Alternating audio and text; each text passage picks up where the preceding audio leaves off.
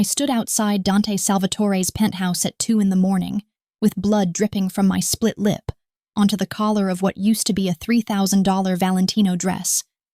now torn at the shoulder and stained with the kind of terror that no dry cleaner in Manhattan could ever remove. And I realized with a clarity that felt like swallowing glass that I had become exactly the kind of woman I swore I would never be. Desperate, broken, and crawling back to the one man I had spent 3 years trying to forget. The rain hammered down on the private rooftop entrance with the kind of violence that matched the thundering of my heart, each drop feeling like an accusation, a reminder that I had made my choices, and now I was living with the consequences of thinking I could outsmart fate, outrun destiny, escape the gravitational pull of a man who had once promised me the world and delivered it wrapped in blood and devotion. My hands trembled as I raised them to knock, but the door swung open before my knuckles could make contact with the dark wood. And there he was, Dante Salvatore, the man I had married in a fever dream of passion and left in a nightmare of fear, standing in the doorway like a dark angel of vengeance, his obsidian eyes traveling over my battered form with an intensity that made me feel simultaneously exposed and protected, judged and understood. He had changed in the 3 years since I had seen him last, or perhaps he had simply become more of what he always was, harder, colder, more dangerously refined like a blade that had been sharpened on the whetstone of my absence. His black hair was longer now, touching the collar of his charcoal dress shirt that was unbuttoned at the throat, revealing the edge of the tattoo that I knew covered his chest, the one that spelled out his family motto in Latin script that I had once traced with my fingers in the aftermath of our lovemaking. The scar on his left cheek, a memento from a rival family's assassination attempt that had happened 2 months before our wedding, seemed more pronounced now, cutting through his aristocratic features like a signature, a reminder that beauty and brutality could coexist in the same vessel. He did not look surprised to see me standing there, bleeding and desperate on his doorstep, and that realization sent a chill down my spine that had nothing to do with the rain soaking through my ruined dress, and everything to do with the understanding that Dante Salvatore always knew more than he revealed, always saw more than he acknowledged, always understood the patterns of the world with the precision of a man who had spent his entire life learning to predict where the next threat would emerge. "Alessandra," he said, and my name on his lips felt like coming home and walking into a trap simultaneously. His voice, that low rumble of controlled power that had once whispered promises against my skin, and now fell between us like a judge's gavel. He made no move to let me in, simply stood there in the doorway, with one hand resting against the frame, his posture casual, but his eyes cataloging every injury, every tear in my clothing, every sign of the violence that had driven me back to him. And I knew with the certainty of a woman who had once known this man more intimately than she knew herself, that he was calculating, assessing, determining whether I was worth the trouble of saving, or if I should be left to the wolves I had foolishly thought I could run with. "Please," I whispered, and I hated how small my voice sounded, how broken and desperate, how far I had fallen from the woman who had walked away from him, with my head held high and my conviction wrapped around me like armor. "Can I start over?" The question hung in the air between us, weighted with 3 years of silence and regret, heavy with the admission that I had been wrong about so many things, loaded with the kind of vulnerability that I had sworn I would never show him again. I watched his jaw tighten, watched the muscle tick beneath that scar on his cheek, watched something flicker in those dark eyes that might have been satisfaction, or might have been pain, or might have been that dangerous combination of both that had always made him so impossible to read, so devastatingly effective at the games of power he played. He studied me for what felt like an eternity, but was probably only 30 seconds. And in that time I felt the weight of every choice I had made since leaving him,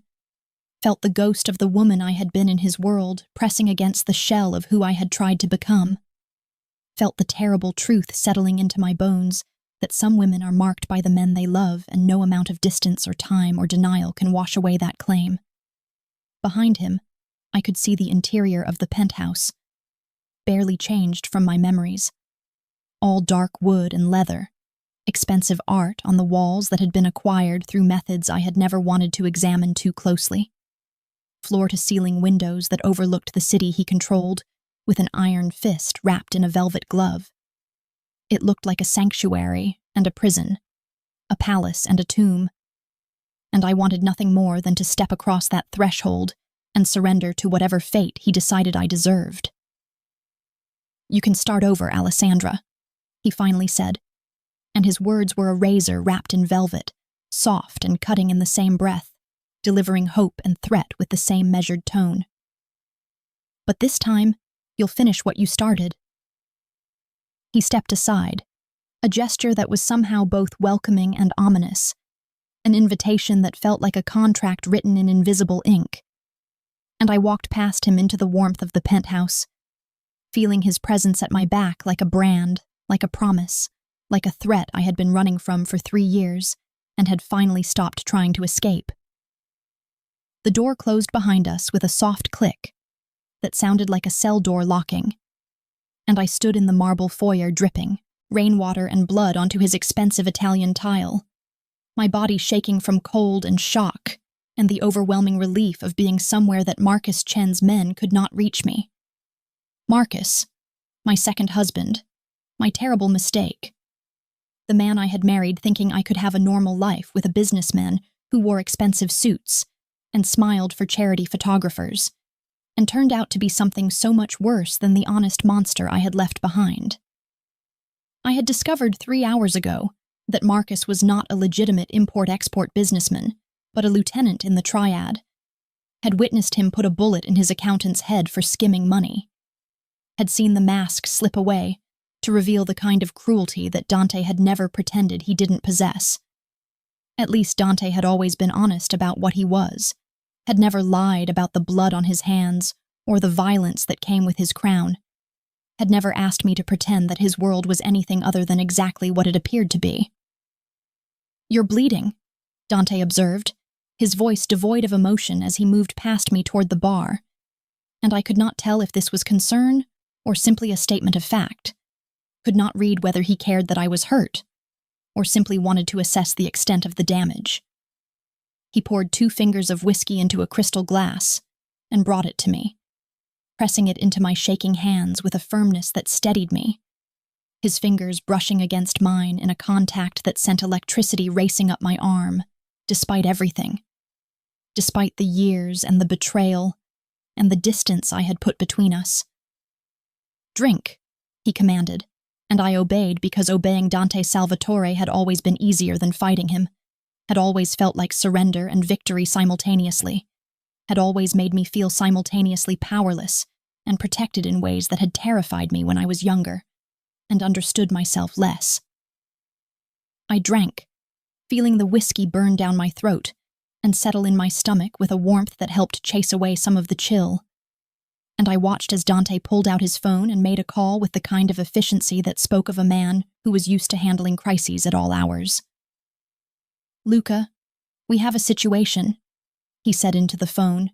his eyes never leaving my face as he spoke. "I need a full sweep of the building perimeter, and I need to know who followed Alessandra here because she did not arrive alone, and I need that information in the next 10 minutes. He hung up without waiting for a response because men like Dante Salvatore did not need confirmation that their orders would be followed. They simply expected obedience, and received it as their due. "How did you know I was followed?" I asked, my voice steadier now thanks to the whiskey and the growing realization that I was safe here, that whatever else Dante might be, he would not let Marcus's men touch me, would protect me with the same ruthless efficiency he applied to everything in his empire. "Because you came here," he said simply, moving to pour himself a drink, his movements precise and controlled in that way he had that always made me think of predators, of creatures who knew exactly how much power they possessed and exactly when to unleash it. Because the Alessandra I knew would have died before crawling back to me unless there was literally no other option, which means you are being hunted by someone you cannot handle alone, which means they are either very good or very connected or both, which means they followed you here thinking this building would be an easy target because they do not know who owns it. He turned back to me, leaning against the bar with his whiskey in hand, looking like every fantasy and nightmare I had spent 3 years trying to exorcise from my memory. You married Marcus Chen, he continued, and it was not a question but a statement. Proof that he had kept tabs on me despite the divorce papers and the silence and my attempt to disappear into a normal life. The same Marcus Chen, who has been trying to expand triad operations into my territory for the past 18 months. The same Marcus Chen who somehow managed to marry my ex-wife without anyone in my organization noticing the connection until now. The realization hit me like a physical blow, stealing the air from my lungs and making the room spin around me in a dizzying kaleidoscope of understanding and horror. Marcus had not found me by chance, had not fallen in love with me organically. He had targeted me specifically because I had once been Dante's wife, had used me as an unwitting bridge to information about the Salvatore family operations, had married me as part of a long game I had been too naive and too desperate for normalcy to see. "Oh God," I whispered, the glass slipping from my nerveless fingers to shatter on the marble floor in an explosion of crystal shards that mirrored the shattering of every illusion I had built over the past 3 years. Dante was there before the glass finished breaking, his hands on my arms, steadying me with a grip that was firm without being painful, close enough that I could smell his cologne, that same dark, spicy scent that used to cling to my skin after nights in his bed, that used to make me feel claimed and owned in ways that both thrilled and terrified me. "Breathe, Alessandra," he commanded, and I obeyed because my body still responded to his voice with the muscle memory of our years together, still recognized him as the authority, even when my mind insisted I should be past such submission. "You did not know," he continued, and there was something almost gentle in his tone, almost kind, though Dante Salvatore was not a kind man, and we both knew it. "You were a pawn in his game, which makes you a victim of his ambition. But it also makes you valuable because you have been inside his operation for 2 years, and you have seen things he did not want you to see. Which is why he is hunting you now. Which is why you came to me." I looked up at him. This man I had loved and left, this beautiful monster who had never pretended to be anything other than exactly what he was, and I saw my future written in his eyes, a future that involved violence and vengeance, blood and retribution, the kind of justice that came from the barrel of a gun rather than a judge's bench. "What happens now?" I asked, though I already knew the answer, could already see the chess pieces moving in his mind, could already feel the web of his strategy beginning to weave itself around me, trapping me in threads of silk and steel. "Now," Dante said, releasing my arms but not stepping back, keeping me caged in the space between his body and the bar, dominating my senses with his presence in that way. He had always dominated every room he entered. "You tell me everything you know about Marcus Chen's operations, and then I decide whether keeping you alive is worth the war it will cost me." His hand came up to cup my chin, tilting my face up to meet his gaze, and his thumb brushed across my split lip, with a gentleness that contradicted the hardness in his eyes. "And then, Alessandra, you and I are going to have a very long conversation about why you really left, because I know it was not just about the violence. You were made for this world in ways you refused to accept, born for the darkness you kept trying to run toward the light, and I think it is time you stopped lying to yourself about who you really are." Before I could respond, before I could process the truth in his words that cut deeper than any accusation, the sound of gunfire erupted from somewhere below us, muffled by distance and concrete but unmistakable in its deadly percussion, and Dante's entire demeanor shifted from the man having a conversation with his ex-wife to the Mafia boss protecting his territory. He moved with lethal grace, pulling a gun from somewhere I had not seen it concealed and positioning himself between me and the door, his body a shield, his presence a fortress, And in that moment I understood with devastating clarity that I had never been safer than I was right now, in the eye of the hurricane, protected by the most dangerous man I had ever known. "Stay behind me," he ordered, and I did, pressing myself against his back and feeling the solid reality of him, the warm living proof that some men were born to be shields and swords simultaneously. And as we heard the elevator ding and the doors slide open with Luca's voice calling out that the triad soldiers who had followed me were eliminated and the building was secure, I realized that starting over with Dante Salvatore was not going to be about forgiveness or second chances. It was going to be about finally accepting the woman I was always meant to be, the queen who belonged beside this king. And that terrified me almost as much as it thrilled me because I had spent 3 years running from this truth. And now I was about to walk straight into it with my eyes wide open. The first rule Dante laid down came while I was still standing in his bathroom at 3 a.m, watching him clean the blood from my face with a gentleness that seemed at odds with the gun he had placed on the marble counter within easy reach, his movements methodical and practiced in a way that spoke of too many nights spent tending to wounds that should never have existed in the first place. "You do not leave this penthouse without my explicit permission, and without at least 2 of my men accompanying you wherever you go. And I do not care if you need to buy tampons or get your nails done or attend a fucking yoga class. You go nowhere alone. You trust no one outside of the people I designate as safe. And you accept that your freedom is the price you pay for breathing," he said, his dark eyes meeting mine in the mirror as he dabbed antiseptic on my split lip with a cotton swab. The sting of it. Nothing compared to the sting of realizing that I had traded one cage for another,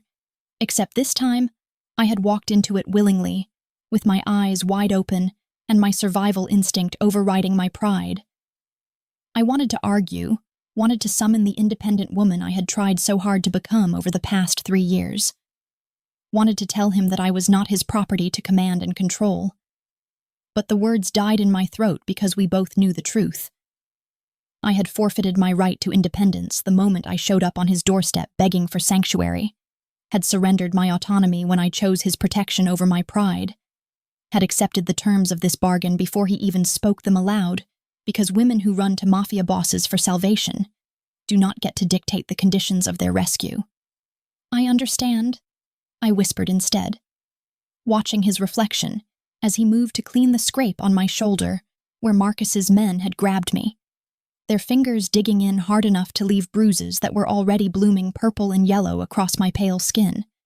And I saw something flicker across Dante's face. Rage, possession, that dangerous combination of both that I remembered from our marriage. The look that said he was cataloging every mark on my body and mentally adding them to a ledger of debts that would be paid in blood. The second rule came an hour later when I was wrapped in one of his shirts because my dress was ruined beyond salvation,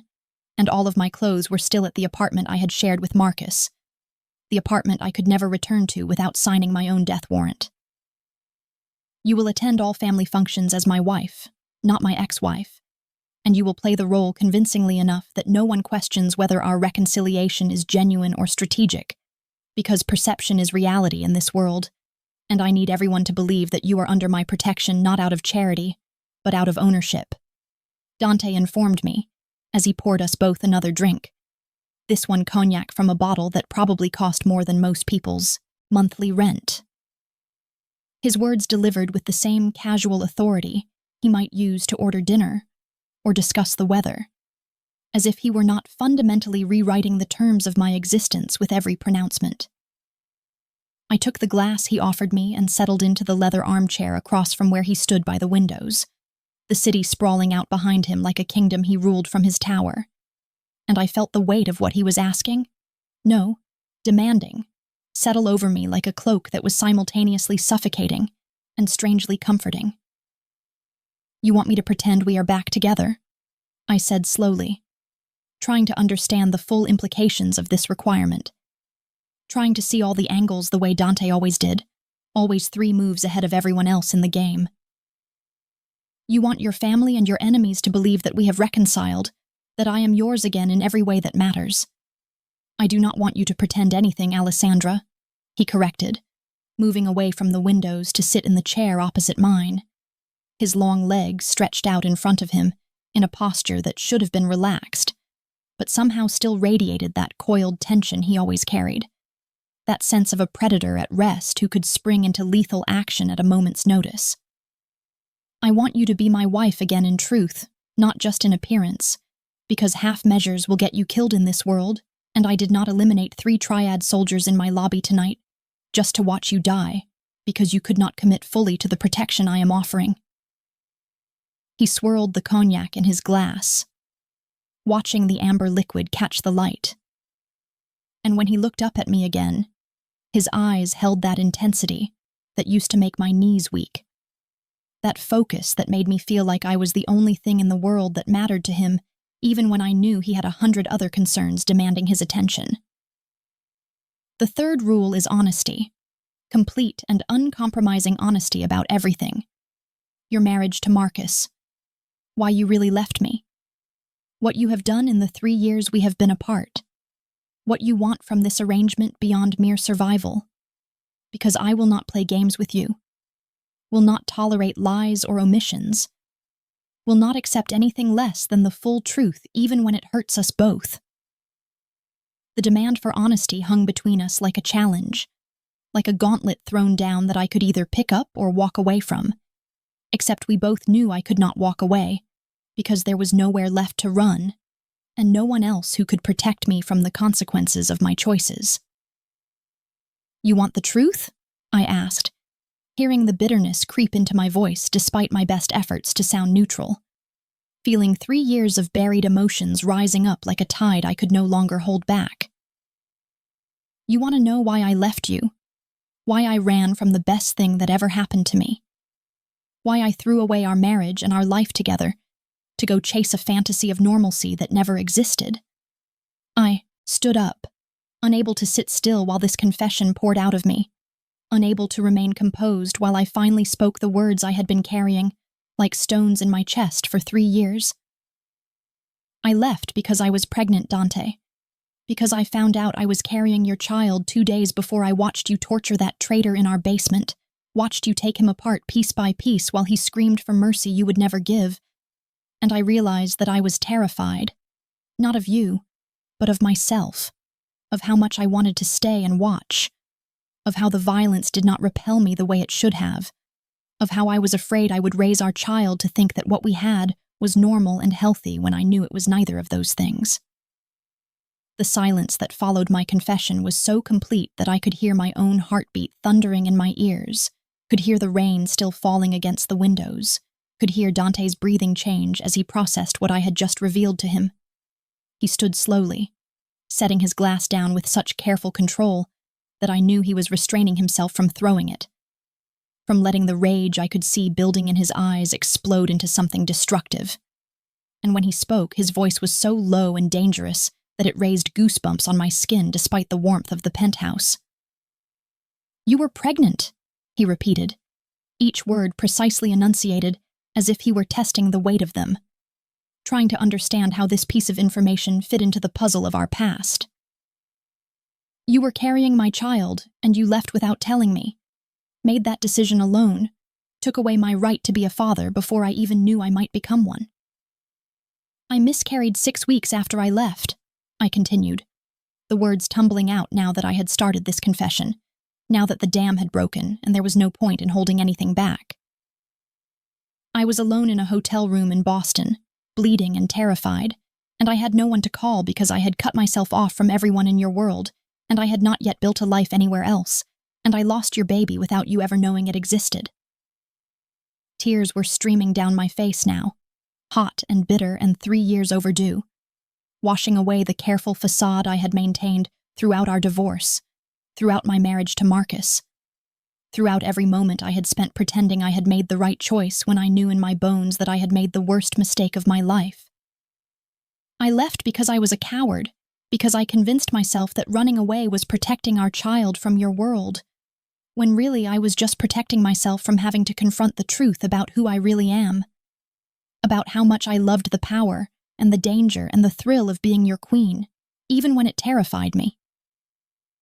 Dante crossed the space between us in 3 strides, and his hands were in my hair, tilting my face up to meet his gaze, and I could see the devastation in his eyes. The pain that my confession had carved into him, the rage that was directed not at me but at the circumstances that had stolen something precious from both of us before we even knew we had it. "I would have let you go," he said, his voice rough with emotion that he rarely allowed anyone to see. Emotion that I had only glimpsed in the most private moments of our marriage when his walls came down and he allowed me to see the man beneath the monster. "If you had told me you were pregnant and that you were afraid, if you had trusted me enough to have that conversation, I would have found a way to give you the life you wanted, would have stepped back from parts of my empire, would have built you a fortress where you could raise our child in safety, even if it meant weakening my position." His thumbs wiped away my tears with a tenderness that broke something inside me, some last defense I had been maintaining against him, against this, against the truth I had been running from. "But you did not give me that choice, did not trust me with the truth, made the decision for both of us, and robbed us both of something we can never get back." "I know," I whispered, my hands coming up to grip his wrists, needing to hold on to something solid while my world realigned itself around this conversation.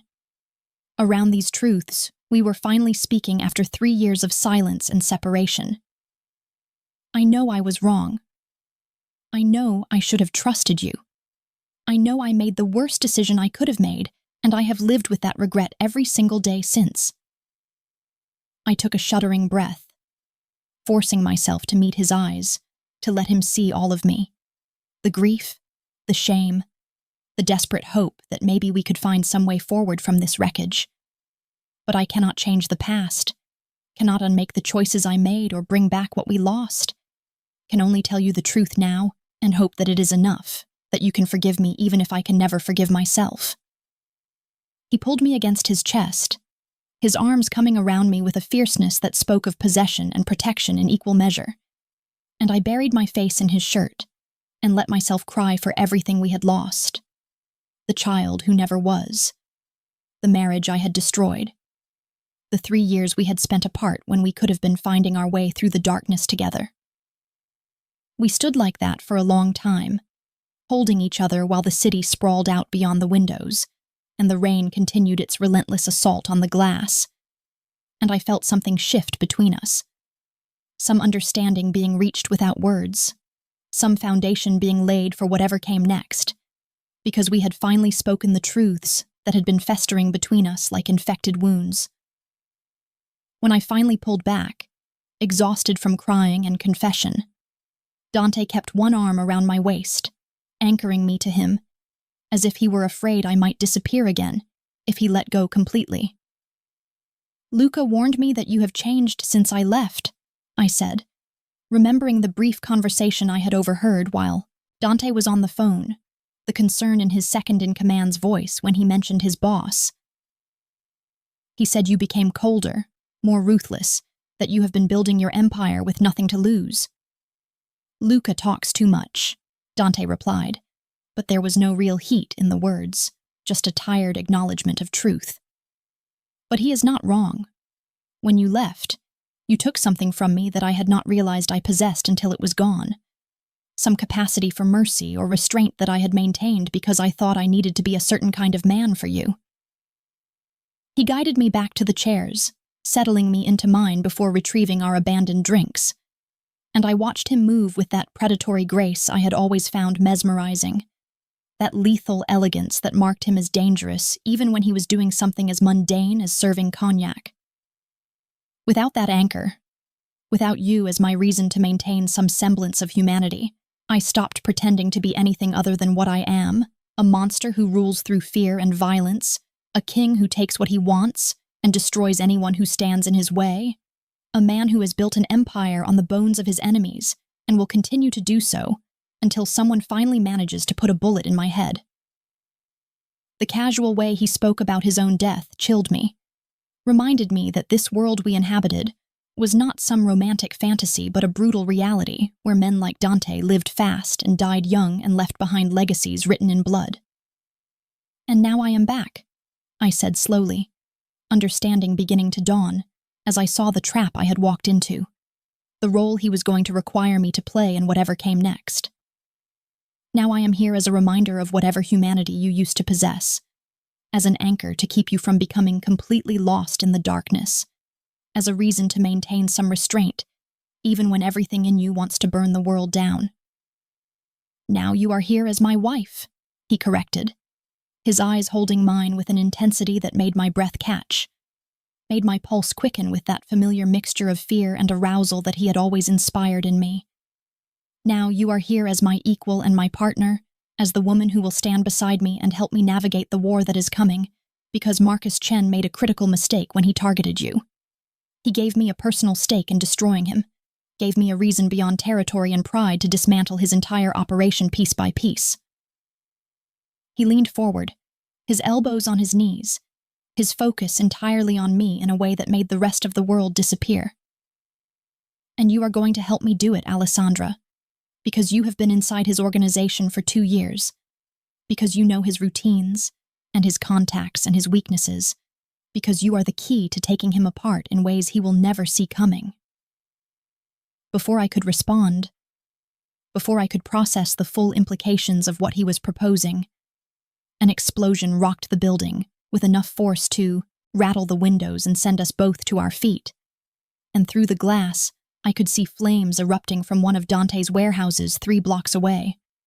orange and red against the night sky like a beacon announcing that the war Marcus had started by hunting me was about to escalate into something far bigger and bloodier than either of us had anticipated. Dante was already on his phone, barking orders in Italian to someone on the other end, his face a mask of cold fury that promised retribution and violence. And I stood there watching the flames climb higher into the rain-soaked sky, and realized with a clarity that was both terrifying and exhilarating that I was no longer running from this life.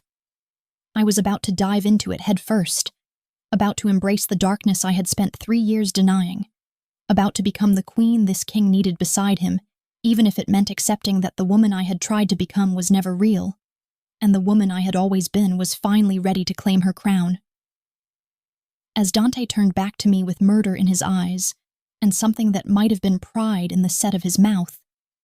as he reached out his hand to me in an invitation and a challenge and a promise all rolled into one gesture, I understood that the price of his protection was not just my freedom or my honesty, but my complete surrender to the truth about who I was meant to be. And the only question left was whether I was brave enough, or broken enough, or desperate enough to pay it. To take his hand and let him pull me into the inferno that our reunion had ignited. To stop fighting against my nature and finally accept that some women were born to be darkness rather than light. And I was about to find out which category I truly belonged to as the city burned around us. And the man I had never stopped loving looked at me like I was both his salvation and his damnation wrapped in the same beautiful, terrible package. Living in close quarters with Dante Salvatore after 3 years of separation was like trying to remember how to breathe underwater, familiar in some deep, instinctive way that my body recognized even when my mind insisted it should feel foreign, suffocating in its intensity, yet somehow necessary for survival, and filled with moments of such visceral intimacy that I found myself questioning whether I had ever truly left at all, or if I had simply been holding my breath for 3 years, waiting to surface back into the life I was always meant to live. The days following the warehouse explosion fell into a rhythm that was both comforting and claustrophobic,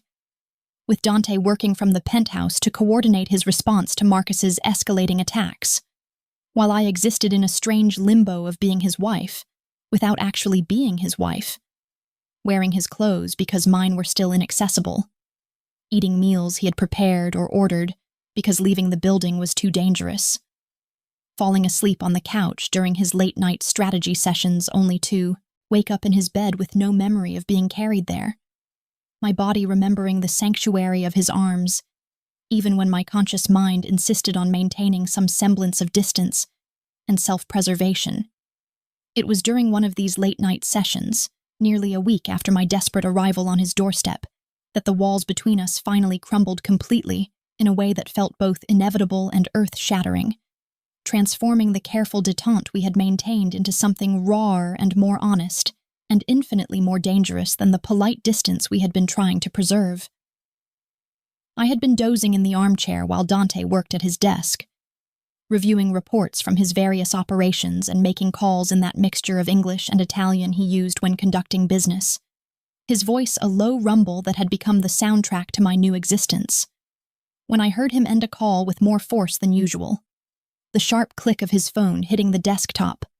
pulling me fully awake to find him staring at me with an expression I could not quite decipher, something between fury and anguish, accusation and understanding. The look of a man who had just received information that confirmed his worst suspicions while simultaneously breaking something inside him he had thought was already thoroughly shattered. "What is it?"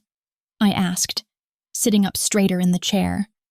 my heart beginning to pound with a dread I could not name but could feel settling over me like a shroud. The kind of premonition that comes from knowing someone well enough to read their body language even across a room, even after years apart, even when they are trying desperately to maintain their composure in the face of whatever storm is building behind their eyes. "What did you find out?" Dante stood from his desk with a controlled precision that spoke of rage being held in check by sheer force of will, moving to the bar to pour himself a drink with hands that were not quite steady. And I watched as he downed the whiskey in one swallow before pouring another,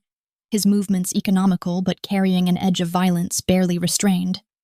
"Marcus Chen did not marry you by accident or coincidence," he said finally, his back still to me as he stared at the bottles lined up on the bar, as if they held answers to questions he did not want to ask. "He targeted you specifically, deliberately, with full knowledge of who you were and who you had been married to. And he spent 2 years using you as an unwitting source of information about my operations, my family, my weaknesses." He turned then, and the look on his face made my blood run cold because I had seen Dante angry before, had seen him furious and violent and deadly. But I had never seen him look quite like this, betrayed not by me but on my behalf, devastated by the realization of how thoroughly I had been manipulated, murderous with a rage that had nowhere to go except inward, because the person he wanted to protect had already been harmed in ways he could not undo. The words hit me like physical blows, each one landing with the force of a revelation that recontextualized every moment of my marriage to Marcus, every conversation we had shared, every time he had asked me seemingly innocent questions about my past or my family or the world I had come from before I met him. And I felt the room tilt around me as understanding crashed through my carefully constructed narrative about having escaped Dante's world into something cleaner and safer and more normal. "No," I whispered, but it was a denial without conviction,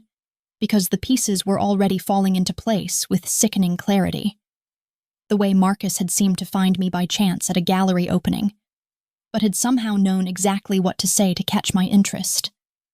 The way he had been patient with my reluctance to discuss my past while subtly steering conversations back to my ex-husband and his business.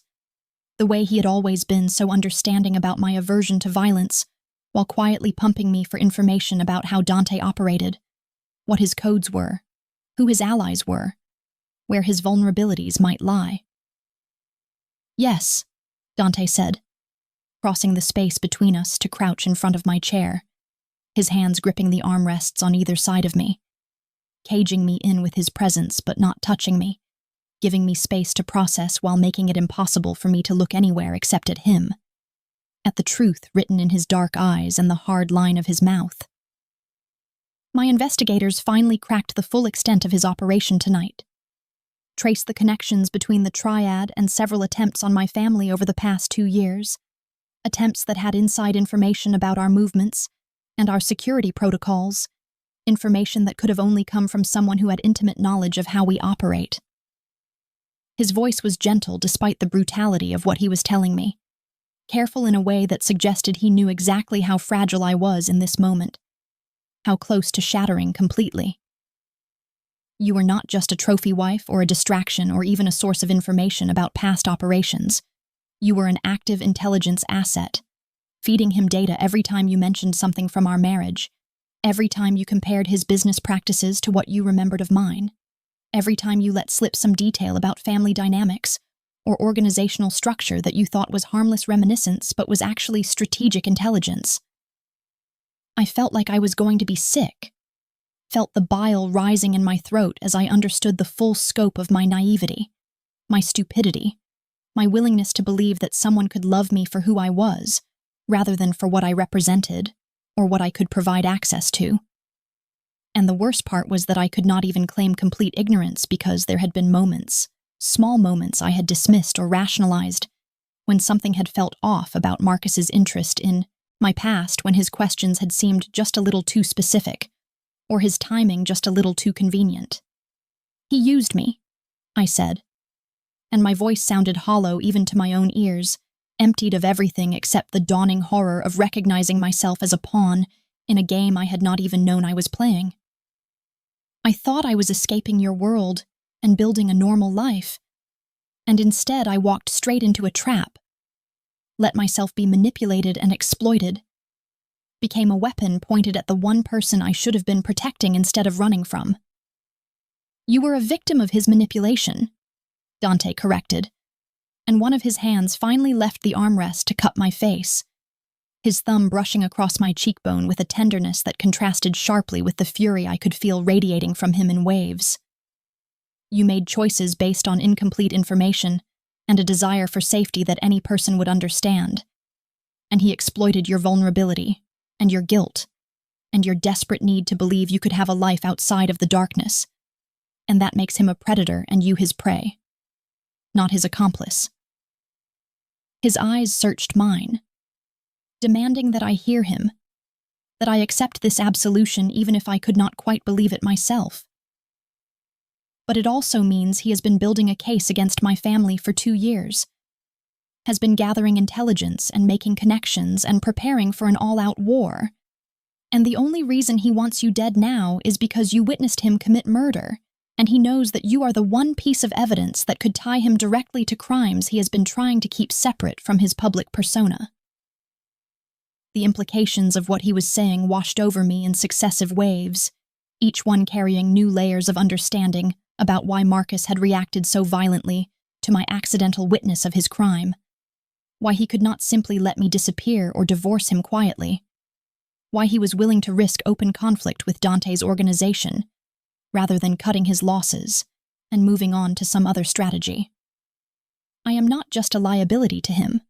I said slowly, working through the logic even as my mind reeled from the emotional impact of these revelations. I am the thread that could unravel his entire operation if I testify, if I go to authorities, or even just to your family with what I know about his business dealings and his connections and his true nature beneath the businessman facade. You are the key to bringing down his entire empire, Dante agreed, standing and pulling me to my feet with him, his hands on my shoulders now, grounding me with his touch, keeping me anchored when everything else felt like it was spinning out of control. Which is why he will not stop hunting you, why he escalated to bombing my warehouse when he realized you had come to me for protection, why this situation is going to get much worse before it gets better. He paused, his jaw tightening as if he were weighing his next words carefully, deciding how much truth I could handle in this moment when I was already drowning in revelations. And it is also why I am going to ask you to do something that goes against every instinct I have to keep you safe and away from danger. I am going to ask you to help me destroy him, to use what you know about his operations to guide my strategy, to be an active participant in this war, rather than just a protected asset I keep locked away in this tower. The request hung in the air between us, and I could see the conflict in his eyes, the way it cost him to ask this of me when his every instinct was to shelter and guard and control, to keep me far from anything that might hurt me after I had already been hurt so badly by his world and by my own choices. You want me to be bait? I said, not as a question but as an understanding, seeing the shape of what he was proposing even though he had not said it explicitly. You want to use me to draw him out, to make him careless and desperate, to turn his obsession with silencing me into the weapon that destroys him. I want you to be my partner, Dante corrected, his hands sliding down my arms to capture my hands in his grip firm and warm and surprisingly steady, given the magnitude of what we were discussing. I want you to stand beside me as my equal, using your intelligence and your knowledge and your understanding of Marcus to help me dismantle his operation piece by piece. And yes, that might involve putting you in situations that scare me, that make me question my own judgment, that force me to balance my need to protect you against the tactical advantages your involvement provides. He pulled me closer, eliminating the last bit of distance between us, and I could feel the heat of his body, could smell his cologne mixed with the whiskey he had been drinking, could see the war being waged behind his eyes between the man who loved me and the strategist who saw me as a crucial asset in the coming battle. But I also want you to know that this is your choice, that I will not force you into danger if you are not willing, that you can say no and I will find another way to handle Marcus even if it takes longer and costs more lives and puts my entire organization at greater risk. The fact that he was offering me a choice, that he was respecting my agency even when he so clearly wanted to simply command and control as was his nature, meant more to me than he could possibly understand. And I found myself looking up at this man who had been my husband, who I had left and betrayed and run from,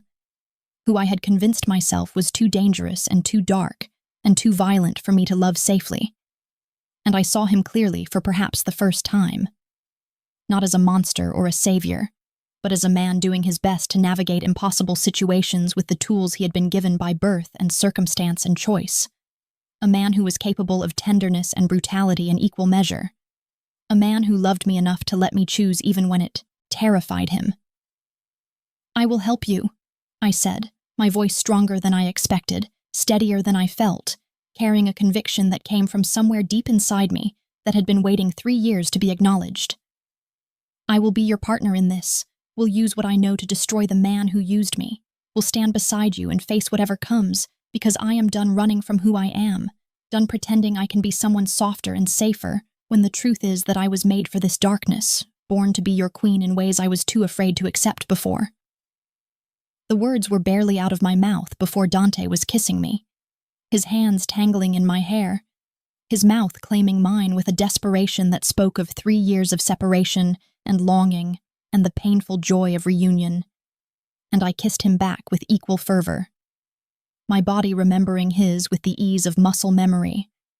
my hands finding their way under his shirt to trace the familiar landscape of muscle and scar tissue,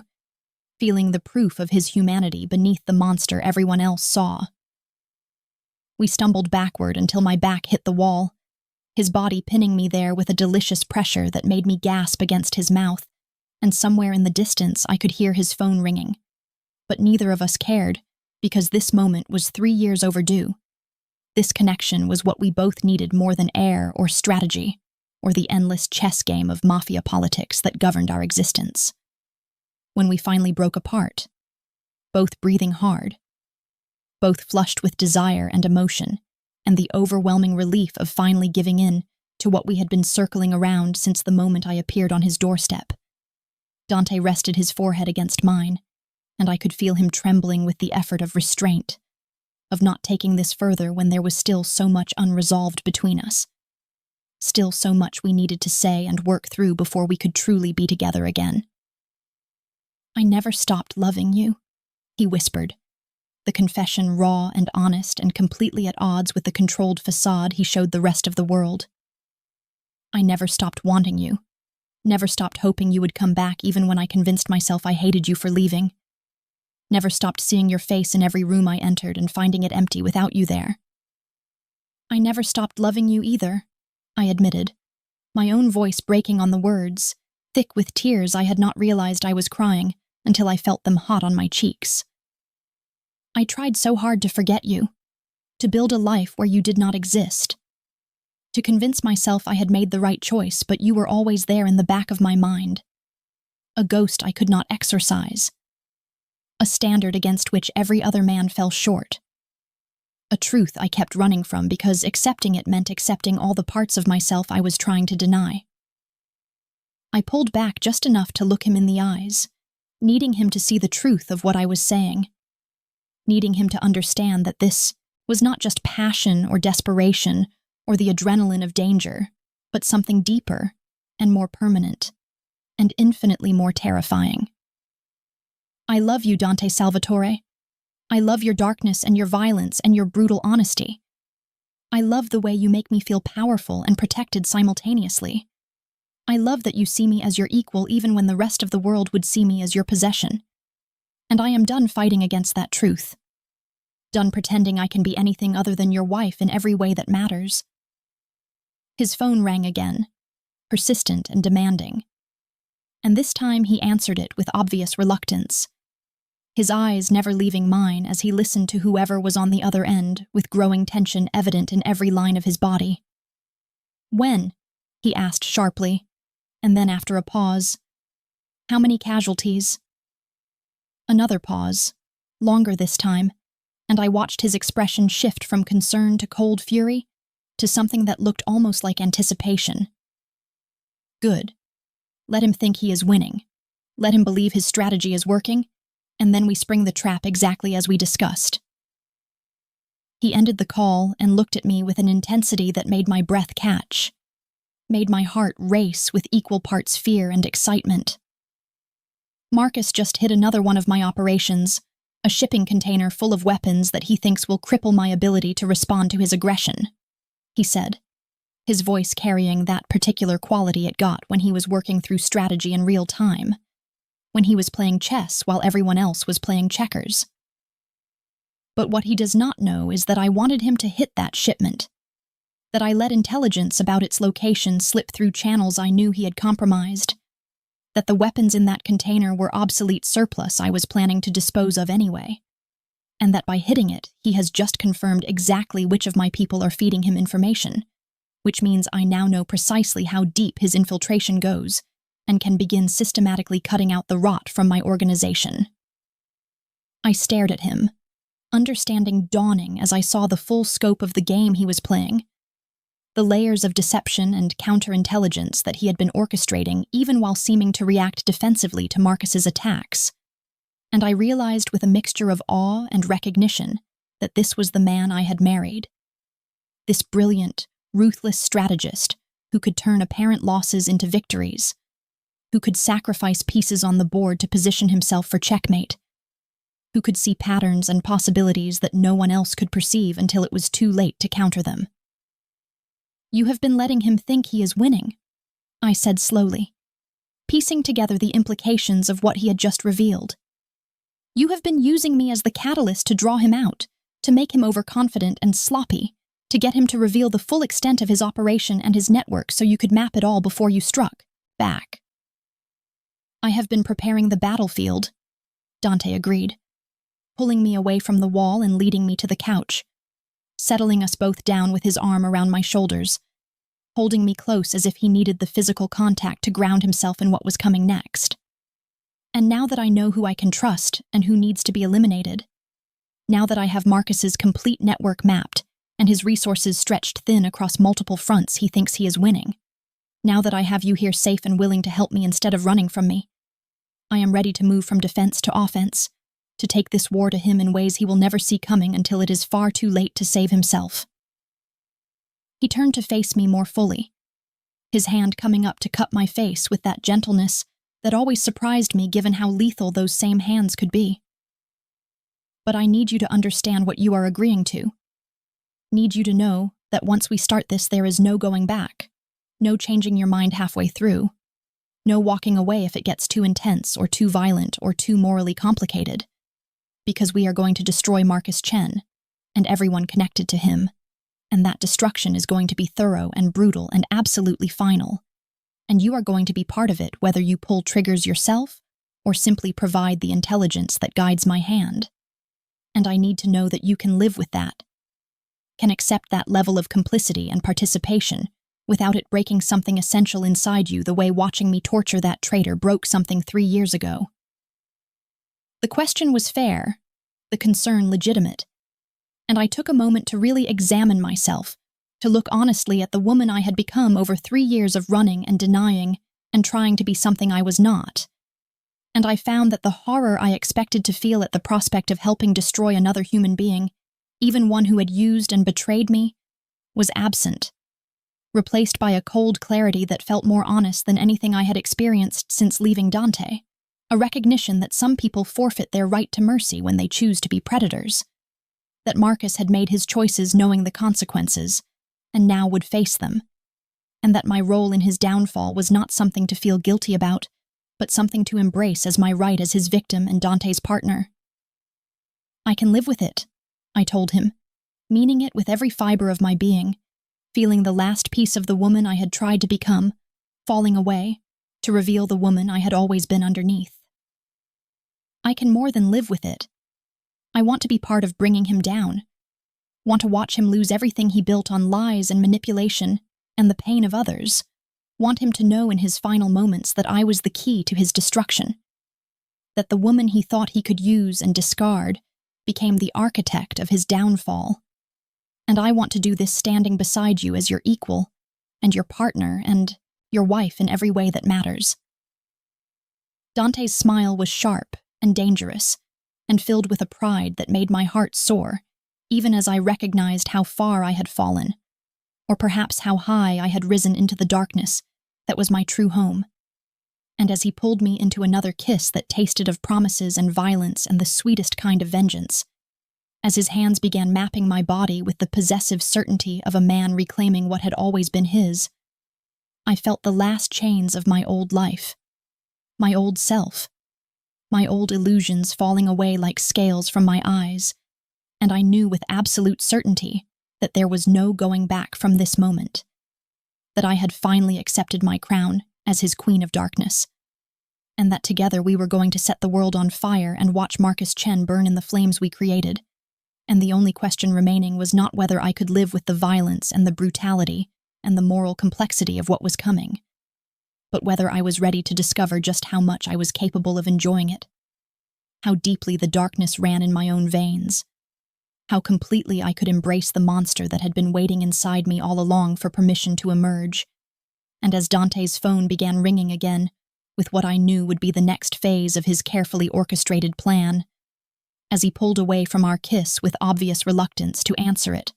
while keeping me pressed against his side,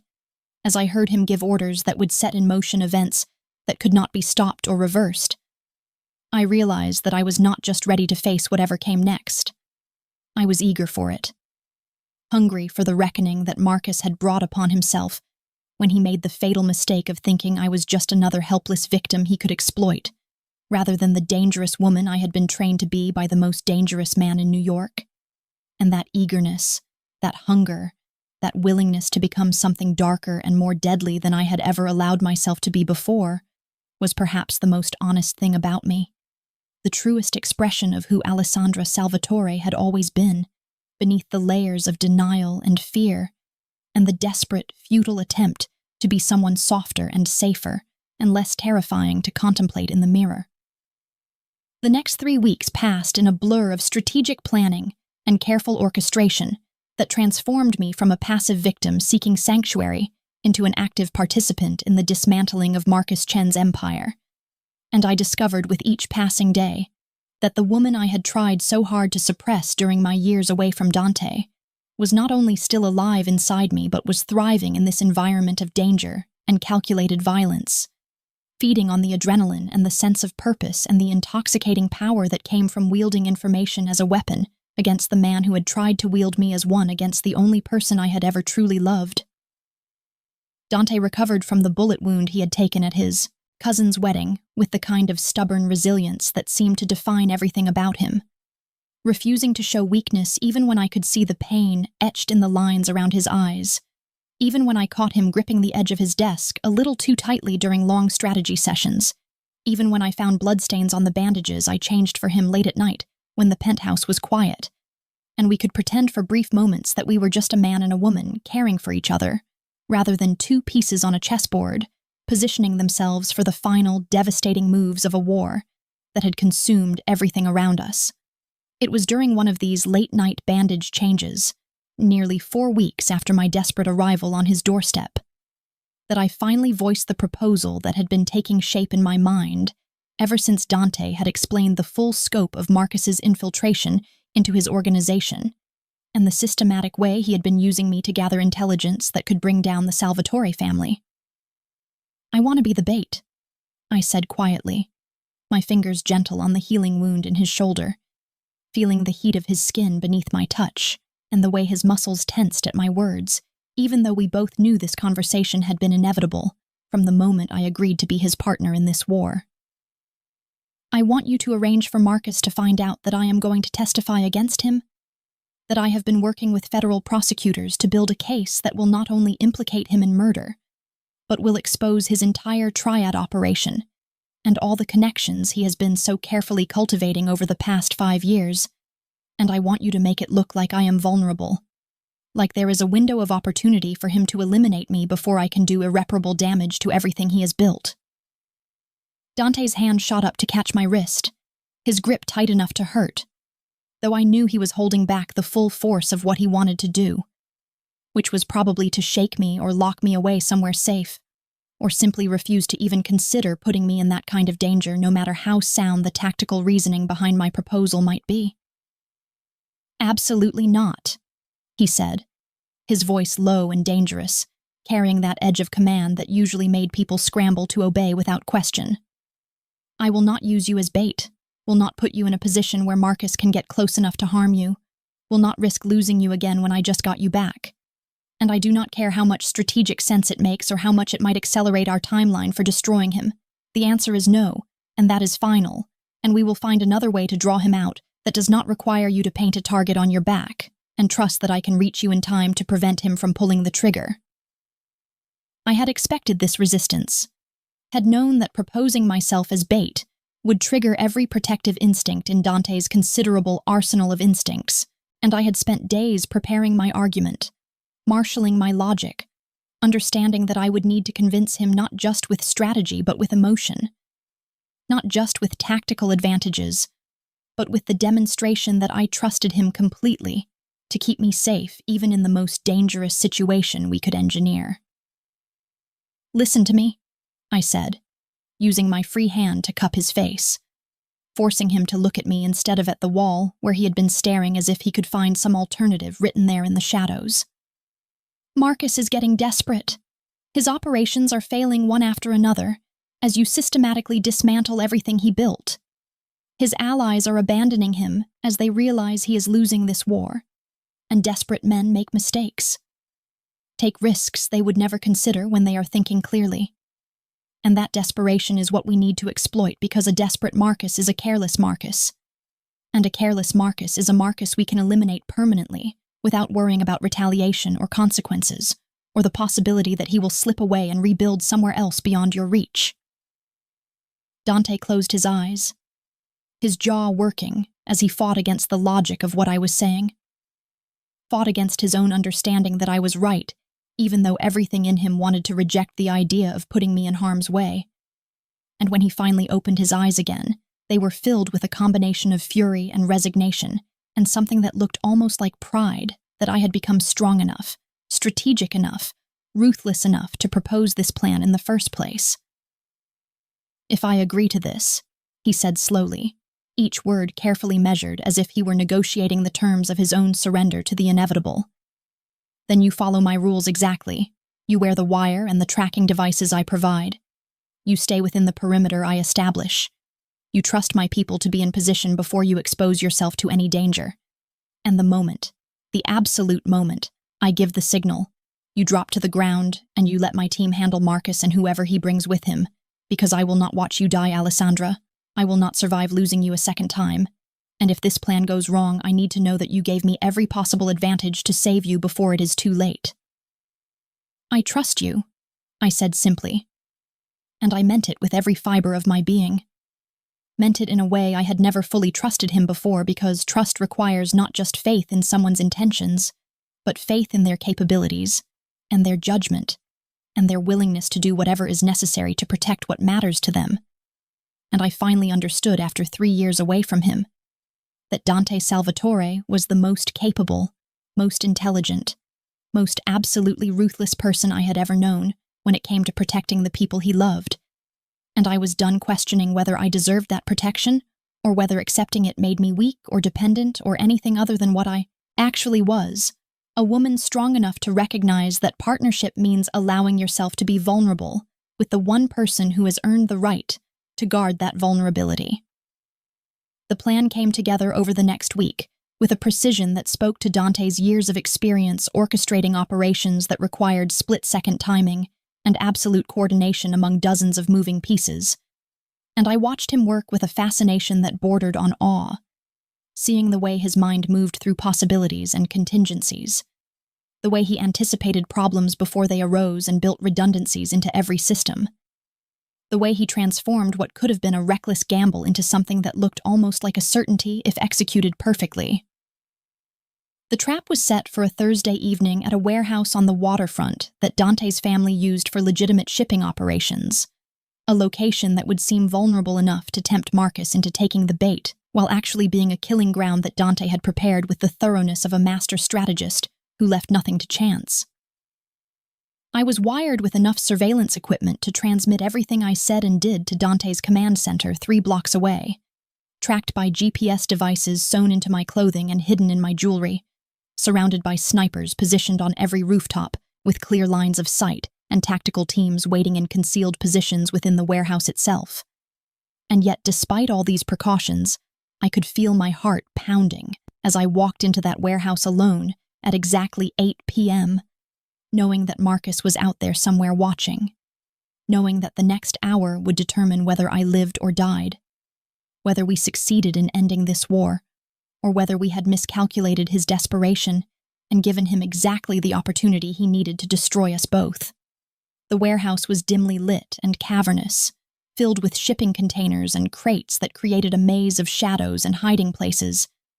and I walked toward the center of the space where a single light hung from the ceiling, illuminating a small circle that felt simultaneously like a stage and a sacrificial altar. And I positioned myself there exactly as Dante had instructed, visible and exposed, and apparently vulnerable, while knowing that I was actually standing in the most protected spot in the entire building. The one location where every weapon and every ally we had could converge if things went wrong. "Hello, Alessandra." Marcus's voice came from somewhere in the darkness, smooth and cultured, and carrying just the faintest edge of mockery. And I turned toward the sound, while keeping my body language open and non-threatening, playing the role of the frightened ex-wife, who had made a terrible mistake in thinking she could escape his reach. He emerged from behind a shipping container, with 3 of his men flanking him, all armed, all watchful, and I could see in his eyes that same cold calculation I had, once mistaken for intelligence and sophistication, but now recognized as the emptiness of a man who viewed people as tools to be used and discarded without sentiment or remorse. "I must admit, I am surprised you agreed to meet me alone," he continued, moving closer with the confidence of a predator who believes he has cornered his prey. "I thought your ex-husband would have taught you better than to take such foolish risks. But perhaps you are more desperate than I realized, more willing to bargain for your life than I gave you credit for. And that desperation is something I can work with. Something we can negotiate around if you are willing to be reasonable about what you know and what you are prepared to forget, in exchange for me allowing you to continue breathing." I let him talk. Let him move closer. Let him believe that he was in control of this situation, while I watched his bodyguards and tracked their positions, and waited for Dante's signal, feeling the weight of the wire against my skin, and the knowledge that everything Marcus said was being recorded, that every threat he made was digging his grave deeper, that he was giving us exactly what we needed to justify what was about to happen to him and everyone who had helped him try to destroy the man I loved. And when Marcus finally reached out to grab my arm with that possessive confidence that said he thought he had already won, when his fingers closed around my wrist and he pulled me closer with a smile that promised violence and domination, I heard Dante's voice in my earpiece saying a single word: "Now." And I dropped to the ground exactly as I had been instructed, while the world exploded into gunfire and movement and the systematic elimination of every threat in that warehouse with a precision that was beautiful and terrible in equal measure. And as I lay on the cold concrete with my hands over my head, listening to Marcus scream in rage and pain as Dante's men took him down, I felt something settle inside me that might have been satisfaction, or might have been the final acceptance of who I truly was. And when the shooting finally stopped, and Dante was there pulling me into his arms and checking me for injuries with hands that shook despite his attempts at control, I looked up at him and smiled because we had won. Because Marcus was captured and his operation was destroyed, and the war was finally over, and because I had proven to both of us that I was exactly the partner he needed, exactly the queen this king deserved, exactly the woman I had been running from for 3 years, and was finally ready to become without reservation or regret, or any lingering doubt about whether I belonged in this darkness that was our shared kingdom. I stood in Marcus Chen's now empty penthouse 3 days after his capture, surrounded by federal agents cataloging evidence and dismantling what remained of his carefully constructed double life. And I felt nothing. No sympathy for the man who had used me so thoroughly. No regret for the role I had played in his downfall. No residual attachment to the 2 years I had spent in this gilded cage, thinking I was building a normal life when I was actually just another piece of furniture in a museum of lies and manipulation. Dante stood beside me with his hand resting possessively on the small of my back, his presence a silent declaration of ownership and protection that I no longer felt any need to resist or question or complicate with the kind of independence that was really just fear disguised as strength. And as we watched the agents work, I realized that this moment represented not just the end of Marcus's empire, but the end of my own self-deception,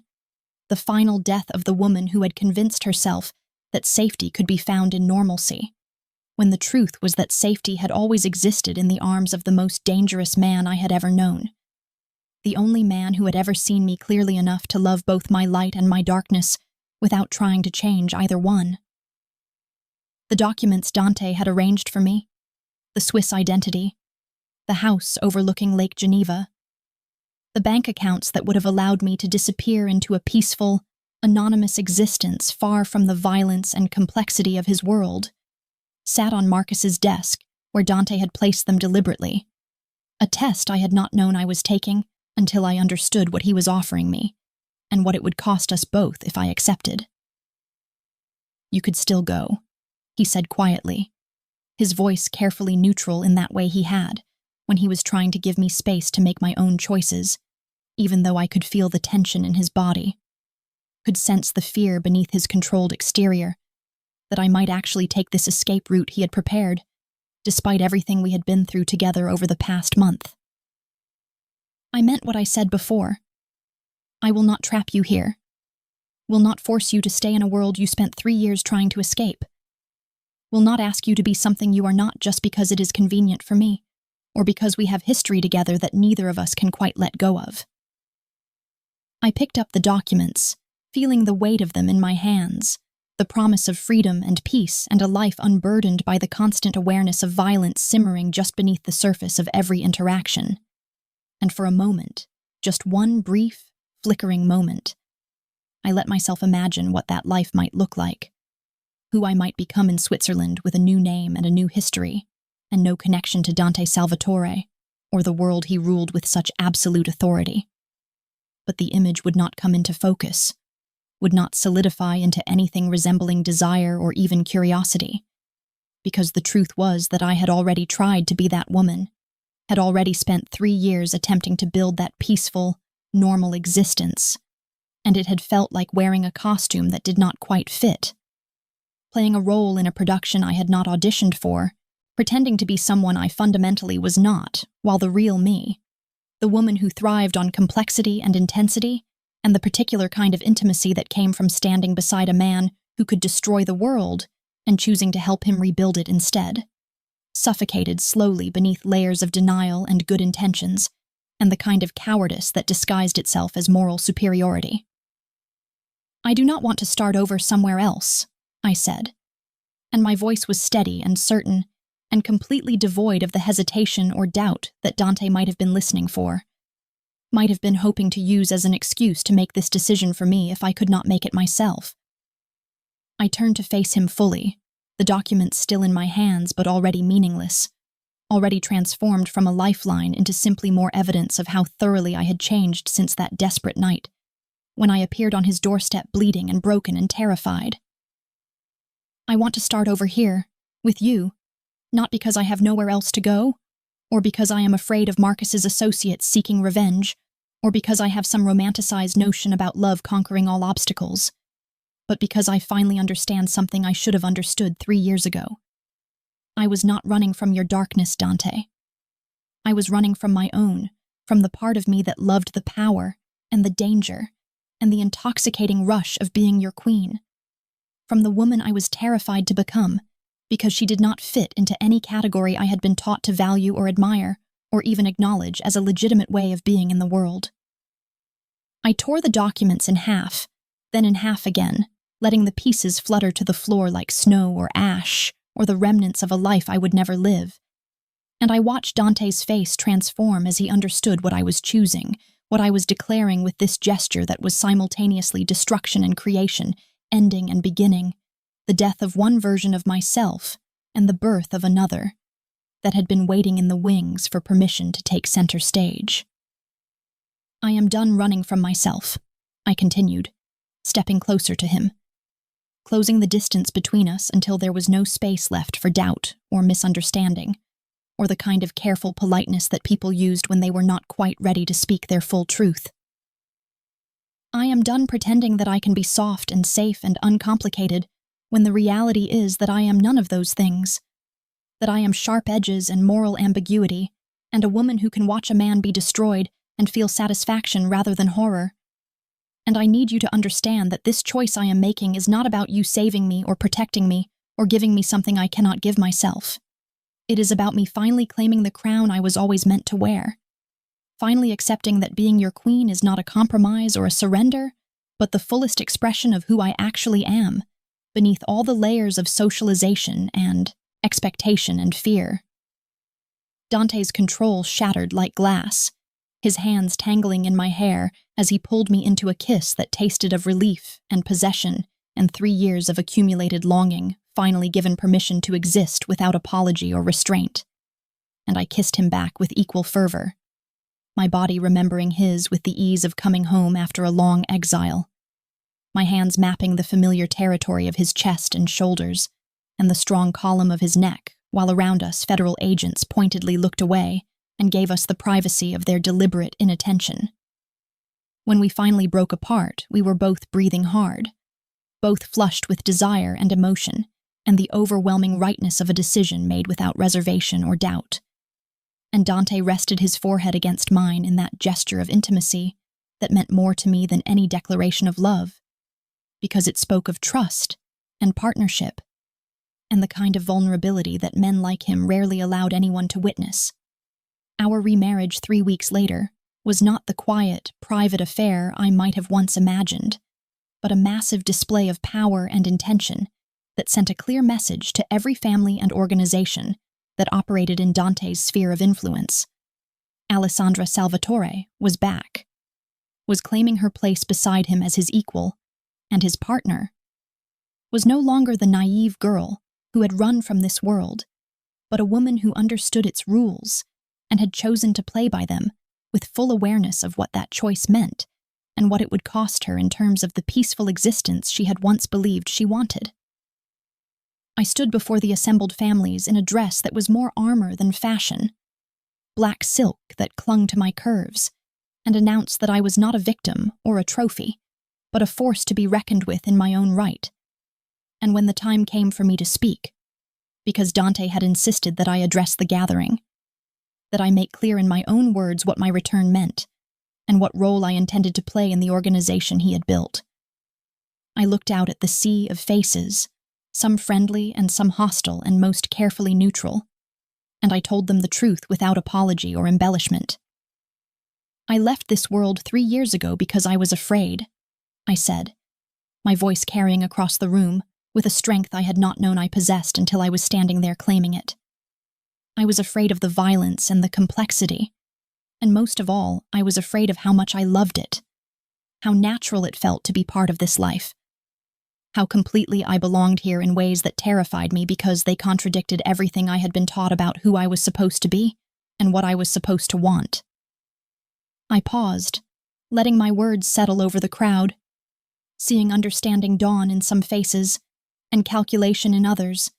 and knowing that my honesty was either the smartest or the stupidest thing I could offer these people, who valued secrets and leverage above almost everything else.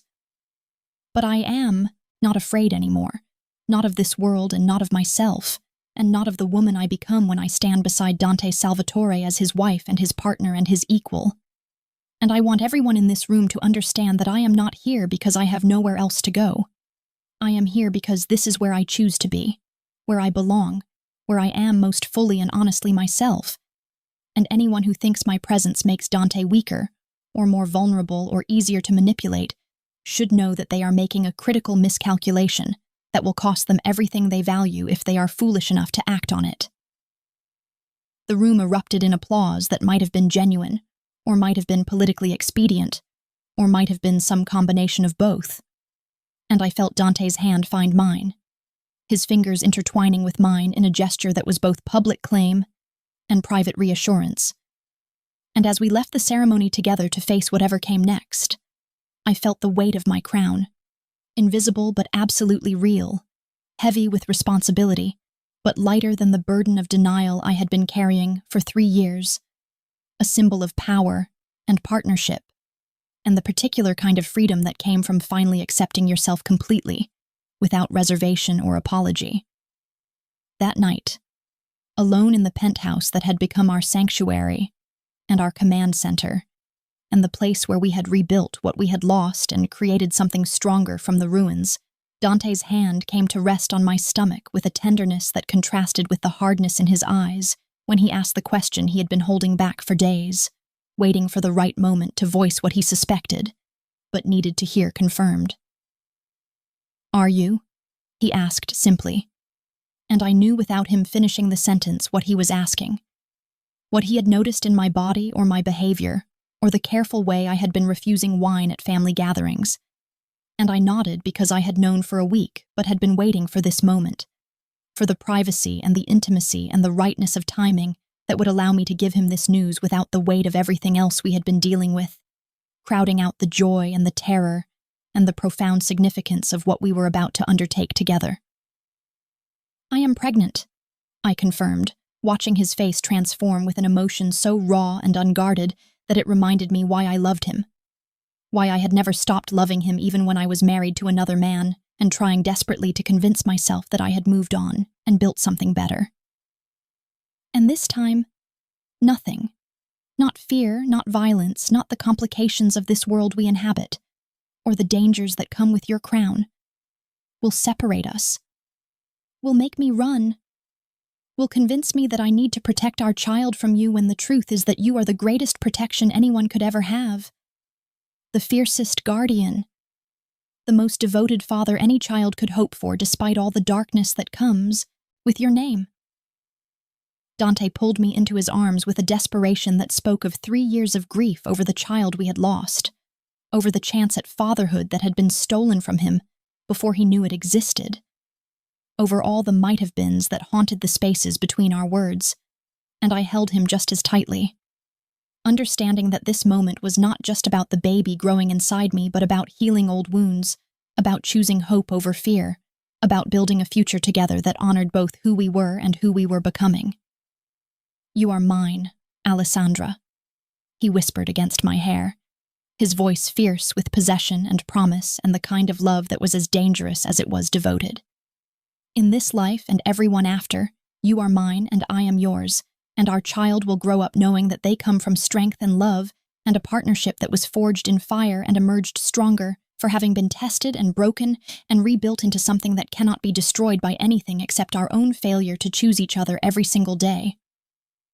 "And you are mine," I replied, pulling back just enough to look into his eyes, to let him see the truth of what I felt, the completeness of my commitment, the totality of my surrender to this life and this love and this dangerous, beautiful future we were creating together. My beautiful monster, my impossible man, my king and my partner and the father of my child. And I promise you that I will never run again. Will never doubt what we have. Will never question whether I belong here because I finally understand that I was born for this darkness, made for this crown, destined to stand beside you and rule this empire we are building, not despite who we are, but because of it. And our child will inherit not just your name and your power, but also the understanding that love and violence can coexist, that strength comes in many forms, that being soft is not the same as being weak, and being fierce is not the same as being cruel, and that sometimes the most honest thing you can do is accept yourself completely. All the light and all the shadow, all the beauty and all the brutality, and find someone who sees all of it and loves you not despite your complexity, but because of it. Not despite your darkness, but because it matches their own, not despite the damage you carry, but because they understand that scars are proof of survival. And survival is the first step toward becoming something stronger than you ever imagined possible when you were busy running from the truth of who you always were.